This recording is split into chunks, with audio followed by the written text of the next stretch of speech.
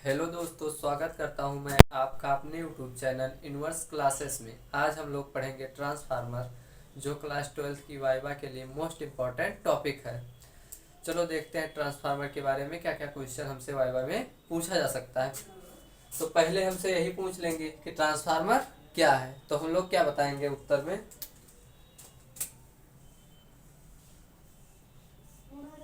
उत्तर में हम लोग क्या बताएंगे, ट्रांसफार्मर एक ऐसा साधन है जो ट्रांसफार्मर एक ऐसा साधन है जो प्रत्यावर्ती वोल्टता के मान में परिवर्तन करता है। ट्रांसफार्मर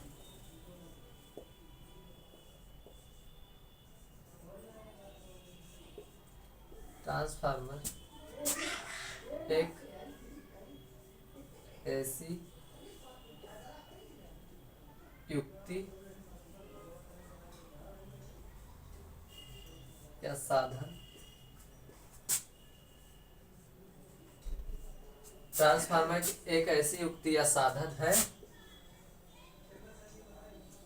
जिससे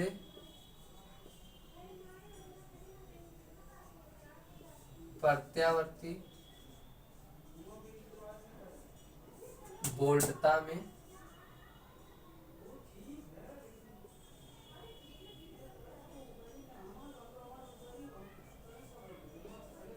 वोल्टता में परिवर्तन किया जाता है।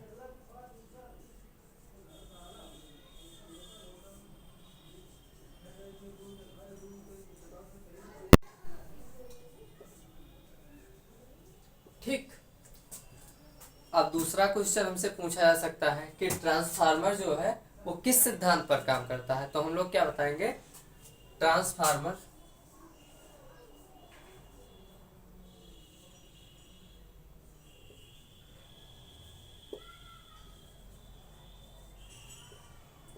अन्योन प्रेरण के सिद्धांत पर काम करता है। क्या करता है? अन्योन प्रेरण के सिद्धांत पर काम करता है।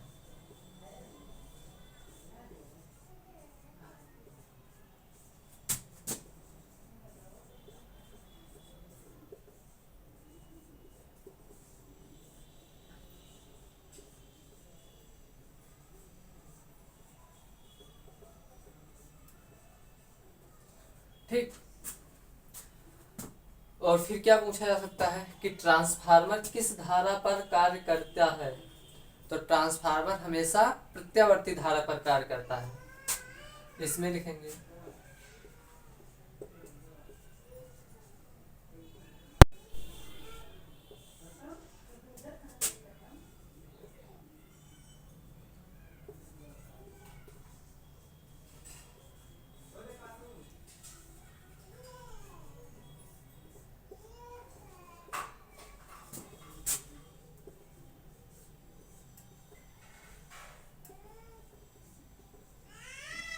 ठीक। और क्या हमसे क्वेश्चन पूछा जा सकता है, ट्रांसफार्मर कितने प्रकार का होता है, तो ट्रांसफार्मर आकृति के आधार पर तो कई प्रकार के होते हैं, जैसे बेलनाकार ट्रांसफार्मर, आयताकार ट्रांसफार्मर, घनाभाकार ट्रांसफार्मर, लेकिन वो अपने गुण के आधार पर केवल दो प्रकार के होते हैं, उच्चाई ट्रांसफार्मर या अपचाई ट्रांसफार्मर। चलो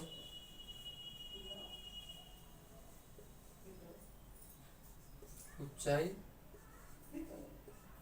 पहला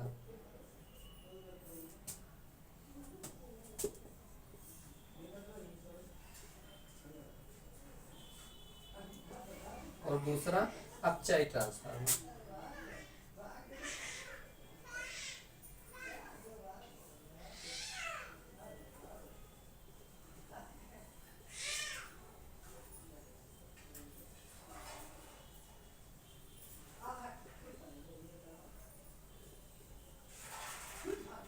ठीक। अब हम लोग किसी ट्रांसफार्मर को कैसे पहचानेंगे कि वो उच्चाई ट्रांसफार्मर है या अपचाई ट्रांसफार्मर है, तो देखो ट्रांसफार्मर की संरचना में हम एक बार गौर कर लेते हैं। ट्रांसफार्मर का ये है प्राथमिक कुंडली एंड ये है सेकेंडरी कुंडली। प्राथमिक कुंडली में जब फेरों की संख्या सेकेंडरी कुंडली से ज्यादा होगी तो उस ट्रांसफार्मर को हम लोग क्या कहेंगे, अपचाई ट्रांसफार्मर। क्या? प्राथमिक कुंडली में जब फेरों की संख्या द्वितीय कुंडली से ज्यादा होगी तो उस ट्रांसफार्मर को हम क्या कहेंगे, अपचाई ट्रांसफार्मर। लेकिन यही जब प्राथमिक कुंडली में फेरों की संख्या द्वितीय कुंडली से कम होगी तो इसी ट्रांसफार्मर को हम लोग क्या कहेंगे, ऊंचाई ट्रांसफार्मर। यानी जब प्राथमिक कुंडली में फेरों की संख्या कम होगी तो क्या हो जाएगा, वो ऊंचाई ट्रांसफार्मर। और जब इसी में फेरों की संख्या ज्यादा होगी तो वो क्या हो जाएगा, अपचाई ट्रांसफार्मर। चलो अब देखते हैं ट्रांसफार्मर की दक्षता कितनी होती है। दक्षता मीन्स क्या कहते हैं, प्रकार से किसी का क्वालिटी बताया जाता है। तो इसकी दक्षता जो होती है वो कहीं कहीं लिखा रहता है 75% से 90% तक, और कहीं कहीं लिखा रहता है 80% से 90% तक। ठीक, अब देखो ट्रांसफार्मर में भंवर धारा से क्या हानि होती है। तो ट्रांसफार्मर में भंवर धारा से उष्मा की हानि होती है। लिख दो इसमें।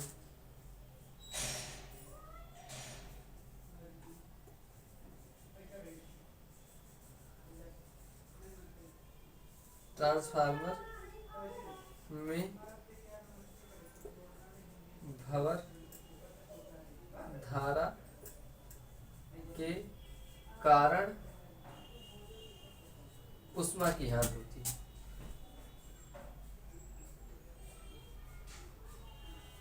उष्मा की हानि होती है, हानि होती है। ठीक, अब फिर हमसे कोई पूछ सकता है कि ट्रांसफार्मर में क्रोड को पटलित क्यों रखा जाता है। तो इसका रीजन है भंवर धारा के बचाव के लिए हमें ट्रांसफार्मर में पटलित क्रोड रखते हैं। क्या लिखेंगे, भंवर धारा के भंवर धारा से बचने के लिए पटलित क्रोड रखा जाता है। पटलित क्रोड रखा जाता है।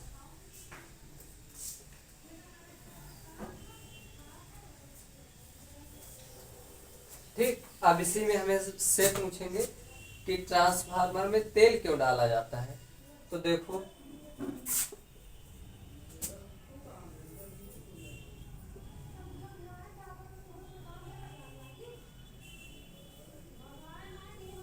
ट्रांसफार्मर में तेल इसलिए डाला जाता है कि वो शीतलता बनाए रखे या फिर ठंडक बनाए रखे। ट्रांसफार्मर में तेल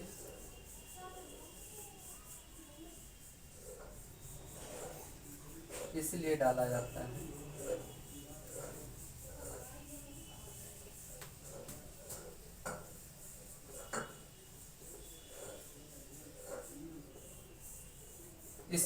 जाता है कि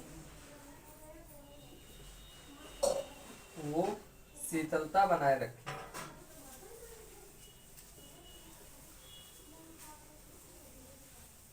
शीतलता बनाए रखे।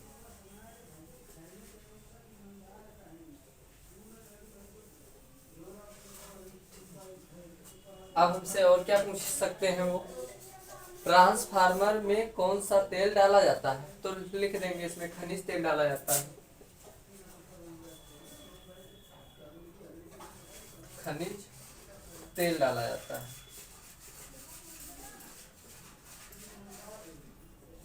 डाला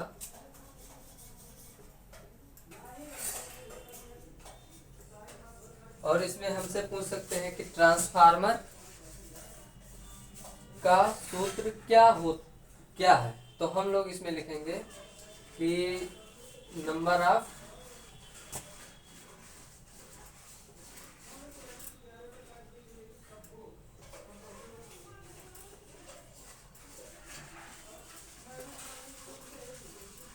ठीक, इसमें भी क्या है, प्राथमिक कुंडली की वोल्टता, बीएस क्या है, सेकेंडरी कुंडली की वोल्टता, बीपी प्राइमरी कुंडली का मतलब प्राथमिक कुंडली का, और बीएस सेकेंडरी का मतलब द्वितीय कुंडली को बोलता था। ये क्या है, एनपी प्राइमरी कुंडली में फेरों की संख्या, और ये एनएस क्या है, द्वितीय कुंडली में फेरों की संख्या, यानी नंबर ऑफ सेकेंडरी कॉइल। और इसमें एक चीज और हमसे पूछ सकते हैं कि ट्रांसफार्मर किस चीज का बना होता है। तो वैसे तो एल्युमिनियम ज्यादातर धातु का बना रहता है, लेकिन ज्यादातर वो नर्म लोहे का बना होता है। किसका, नर्म लोहे का। ओके, थैंक्स यू, आज के लिए इतना ही।